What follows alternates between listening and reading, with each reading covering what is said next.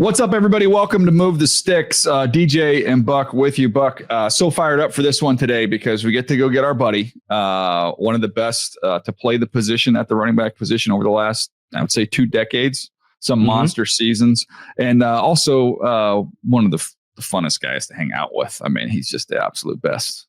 Yeah, absolute best. So this is Maurice Jones-Drew's appearance on the podcast. It's the MJD Bowl this weekend in London at Wembley Stadium. Jaguars taking on the Rams. He's going to be on the enemy side. He's going to be on the Rams side. I'm going to be on the Jag side. So it should be fun to have a conversation about him on all things running backs and touch on a little bit about the bowl game. Yeah, we were able to wrestle him down between a really busy schedule yesterday. So we wanted to give that one for you today for our pod. This is our conversation with Maurice Jones-Drew. All right, Buck, let's bring in our buddy. Let's go to London and bring in Maurice Jones-Drew so we can talk a little running backs, his favorite topic. First of all, how are you doing over there, buddy? What time is it? It is 6:25. I feel a little lonely. I thought Bucky would be here already. You know what I'm saying? My dog don't come in until later. So I'm just trying to figure things out. I'm gonna let you get it warmed up for me before I get over there. And I'm trying to figure out, because you go over so much. I mean, I feel like you are a native. What's your meal of choice over there? What's your go-to in London? It just, what are you looking for? No. Be honest with you. No. I'm trying to you got the whole world as your oyster. You can do whatever you want. If we can go for one meal. Oh, what's sexy fish? I'll go to sexy fish because the ambiance, right? Little sushi there, little ambiance. I actually went there with Roger Goodell a couple years ago. The tab was pretty high. I was nervous. I thought I was going to have to pay for it, but Roger pulled out his card. Save your boy. You know what I'm saying? To be quite honest with you, I love coming over here because, one, you're growing the game and it's awesome. But the other part is you're in the center of the world. So me and my cousin, we just flew to Lisbon for like 2 days to go stretch our legs a little bit. You know, I've flown other places. And then, kind of get a vibe of what Europe's like. Just trying to fill it out. I actually just got back, so that's why I was a little late. But, it's good times. But like I said, sexy fish. You can go to Slim Chicken right down the street from the hotel. Okay. Right, a little burrito spot. I don't even know the name of the burrito spot, but it just depends on whatever you're looking for. You want some ambiance? Do you want just a little quick meal? Whatever you like, I got it for you. Just hit up your boy. Okay, I got MJD's. He's dialed. He's already dialed in over there. Why we got you, dude? I wanted to hit you up on some running back stuff because we pulled some numbers and it was interesting. Like just through week 6 last year to this year, we've got across the league, 22,393 rushing yards, which is over 1,000 more than we had last year. We've got 604 runs of 10 plus yards compared to 543 last year. We've got 3,500 yard games compared to 28 last year. So, and I can go on and on and on and on and on. But man, you've been dying for this day to come, MJD. I feel like we have gotten back to 90s football right now, the way teams are running the rock. Well, I feel like, you go through these waves of the NFL, right? You're talking about, throwing the football and Patrick Mahomes throwing it for 50 touchdowns with his first year and everyone trying to throw the football to win. But in all actuality, you have a quarterback that'll struggle and your running game is going to save you. And so I just go to Carolina right away, right? When you talk of running backs, I think of Rico Dowdle. Backup running back rushes for over 200. Has 200 scrimmage yards back-to-back games, right? They are running the football purposely, right? And they're getting downhill.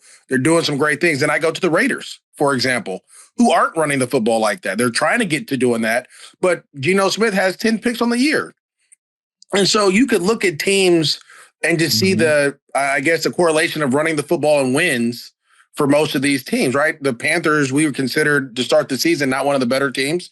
They beat the Cowboys. They've beaten some really good teams, right? They beat the Falcons. And then you go to the Raiders, who weren't running the football early on, who are starting to run the football, and they're getting better. And so I just think the run game is coming back. I think the players are coming back. I even look at Tampa, for example. Bucky Irvin's having a heck of a year. He gets hurt. Then Rachaad White comes in and he's going crazy. And so, and I can even, I can go to the 2 teams I hope that we're going to talk about here in the MJD Bowl that's coming up. But like Travis Etienne and what he's doing, right, for the Jags and how he's helping Trevor Lawrence. And then obviously Kyron Williams, what he does for the Rams. And so those are, the running game is back. I think people are being more,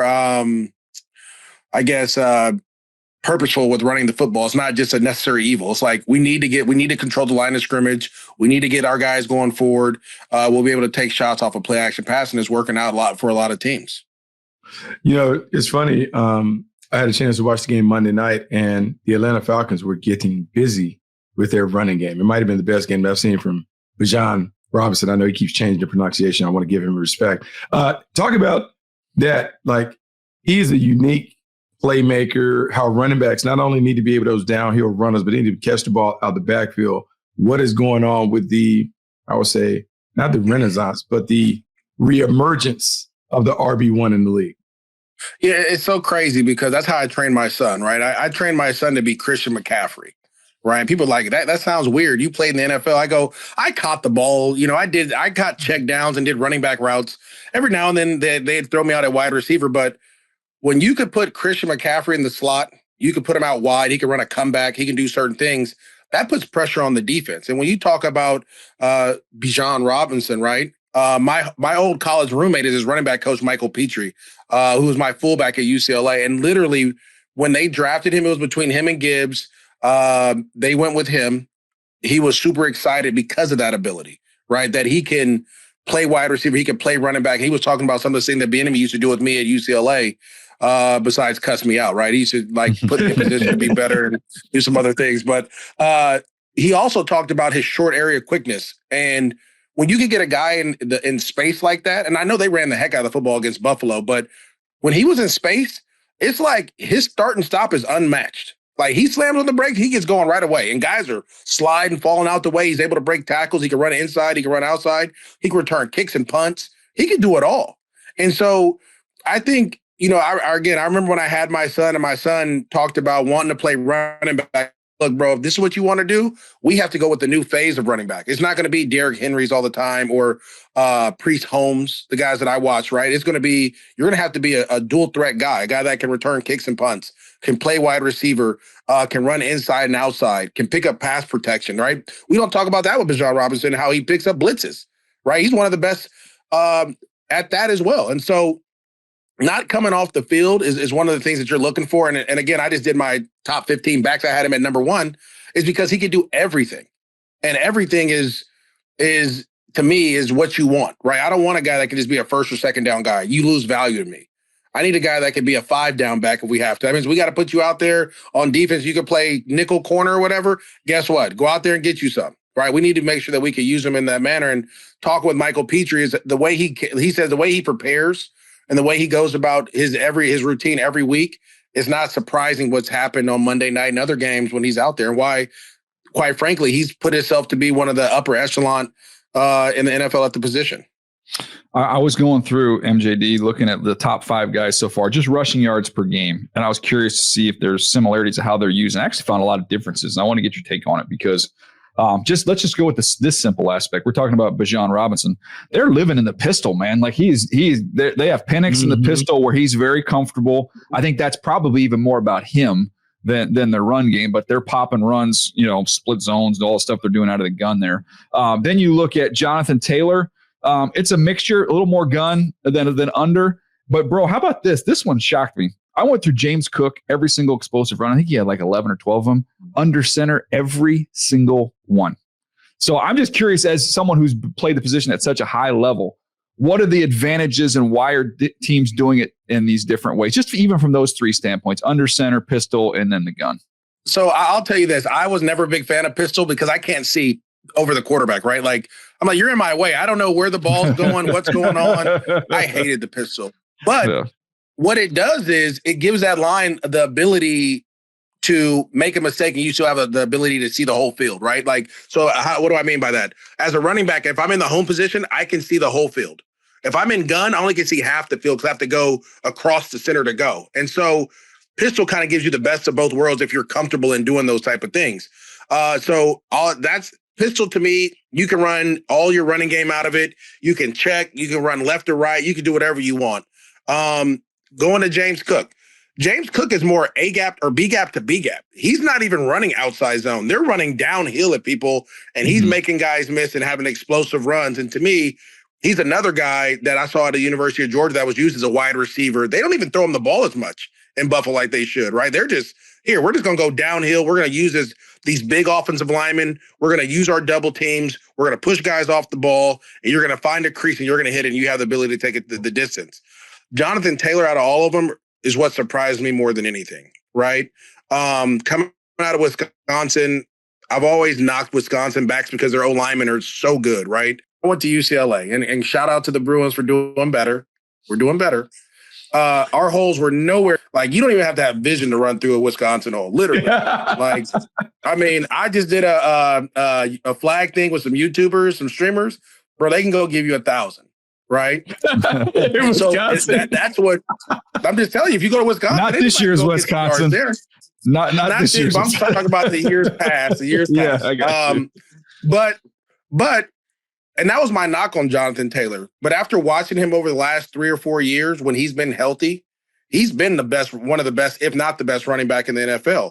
And he's doing it off of half-field reads, right? Like, if I'm starting on the right side of the quarterback and I have to go left, it's going to be so hard for me to try to cut that thing all the way back and use half of the right side of the field, right? I have to stay on my track. I have to press the hole. I have to find a hole on that side. And yet he's doing it. Not only is he doing that, he's breaking tackles. He's getting in the open field. He's running away from people. And their offensive line, they've kind of found what they want to be. Really, to be honest, this is what Philly should be doing, right? Yeah. Like, what the Colts are doing is exactly what Philly should be doing. RPOs, downhill running game out of gun, little quarterback read option, little play action pass. But it's all about that offensive line creating double teams. Sometimes they're gap scheme where they're blocking down and pulling around. Other times it's just inside zone out of gun. And Jonathan Taylor's doing an awesome job at doing those things. And so I have to, I think I had him at 6 when I was doing the running backs, and it was because I had to question his vision, but I apologize. He's been awesome. And I love that there's a million ways to skin a cat, right? Mm-hmm. Just be, when you're trying to run the football, it doesn't matter about how you're getting to it. Just be consistent in what you do and let your running backs get a feel for what you want, and let that offensive line do it, and it'll be tough to deal with. I mean, I can go, because I call the Rams games on radio. The Rams went from being an outside zone team to a straight duo team, like dive. This is running back dive all the time, right? But that fits your quarterback better. And so when we talk about the running game, and I think it's important that we talk about this, it has to marry with what the quarterback does well. So you talked about Penix and Pistol. He's not he was at Washington. They were shotgun majority of the time. I don't think I've ever seen Kalen DeBoer be under center one time. Yeah. He could throw the ball to tight end or to lineman at wide receiver. He could do a bunch of other stuff, but under center is like a no-no. So I have to make sure that what we're doing offensively is matching what my quarterback's comfortable with and what my running back can do. Same with the Colts. Daniel Jones, I want his eyes always looking at the field. I don't want him to turn his back to the defense, right? So our play action pass, he's always having his eyes forward. And then when you go to the Buffalo Bills, I think Josh Allen has matured so much from when he first got there to be able to trust to have his eyes, that heavy play action that'll help. And so I just think, again, those teams that we're talking about, they've done a really good job of marrying both what the quarterback is good at, but also what works with the running back, and you're seeing explosive plays. So we got to talk about this MJD Bowl. And before we talk about the two teams, because I feel like there's a little sense of betrayal. And it's the first time that you and I are actually like adversaries, because you decided to leave the family to go to the Ramley and do whatever it is that you're doing. But because there's so much familiarity between these franchises, now you talk about James Gladstone, Liam Cohen, and those things first. For the Jags people, talk about the culture that the Rams have established and how the Jaguars want to follow that, because they talk about the Rams being the North Star in terms of who they want to be and how they want to get there. So just give me a little breakdown about that, because I've heard a lot about it, but I don't know because I haven't been to Rams building. Yeah. So, Bucky, listen, first and foremost, let me say we're not adversaries. Everyone wins in this situation, right? It's the MJD Bowl. No loser. I don't win. If you win, I don't win. If it was up to me, listen, no. Everybody wins. To me, if this was the Super Bowl, we'd all get rings. It doesn't matter. I will tell you this: being in the Rams building and understanding their culture about accountability and treating you like a pro and holding you accountable when you make mistakes, no matter who it is, that's what's important, right? And I think it's funny you talk about James Gladstone and Coach Cohen and Liam and all that. There's a guy that I used to work with every day named Jacob Tammy.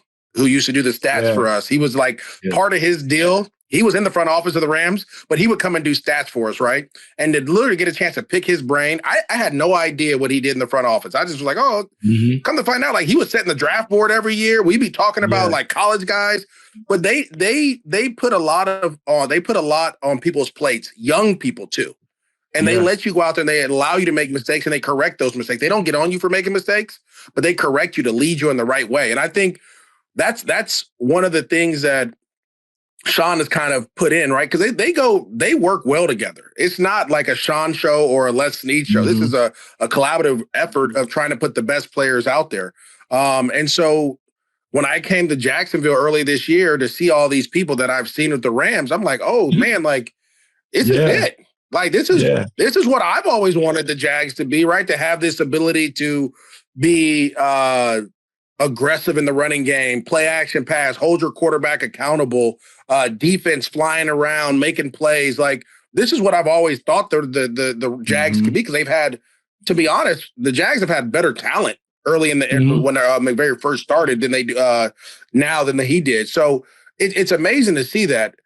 To me, it's one thing that I saw. It was against the Bengals, and I want to say Trevor Lawrence threw the ball high on like a spot route or something. Liam Cohen was like, put it in his chest. Put it in his chest.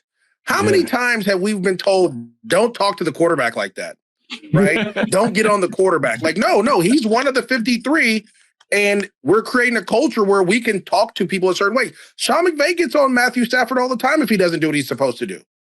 I remember we were in Chicago. It was a couple years ago, or it might have been last year. We were in Chicago, and he like got sacked, and he checked to a play he wasn't supposed to check to. And I'm interviewing Sean after, and Sean's like, well, Matthew knows we're not supposed to be in that play. And that play puts us in a position to turn the ball over, right? But it's not taking it personal. We're all accountable for our actions. And so when you do that, all of a sudden, I don't have to worry about tippy-toeing around this guy and not saying how I feel, right? Not being comfortable with who I am. And it creates a culture of, when you come here, we're here to work. We're here to get better. We're going to have fun. We're going to do great things. But we're going to have a ton of attention to detail. We're going to do all these other little things. I want to say, I don't know if it was this week or last week. Josh Allen was like, this wasn't our type of defense. We didn't play our type of ball, or I forget what game it was, but we never heard that from the Jags. You never heard the Jags be critical of themselves in those situations, or after losses or after wins or whatever it might have been. And so I just think that type of culture is what's going to kind of fester and create. And then again, they're running the football at such a high clip right now, even against the Seahawks, who has they have a really good defensive line. I thought they were trying to be stubborn with the running game. I thought they should have probably been a little bit more stubborn with the running game because the game was so close. But against the Chiefs, very stubborn. Against the Bengals, they were stubborn. Like all these teams that they've had really good games, but they've been stubborn with their running game. And again, like I said, I just think the culture, the attitude, all the things that I saw in Los Angeles coming to Jacksonville. There's not. What is it? 4-2 now? Yep. 4-2. Yeah, to me, like I'm not surprised by that. To be honest, I felt like they should be probably. You have a chance to be 6-0, really, if you put a couple plays together, right? Cincinnati game, I don't think Lloyd was down. Just like Miles Jack wasn't down, Devin Lloyd wasn't down.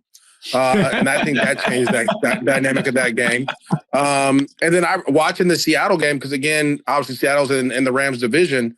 I thought there were a ton of opportunities there. You have the play where Travis Hunter is offsides, and again, he's looking at the ref trying to check, and you have a touchdown that went away there that could change the momentum of the game. And so I think this is going to be a great game. And I want to say this on here.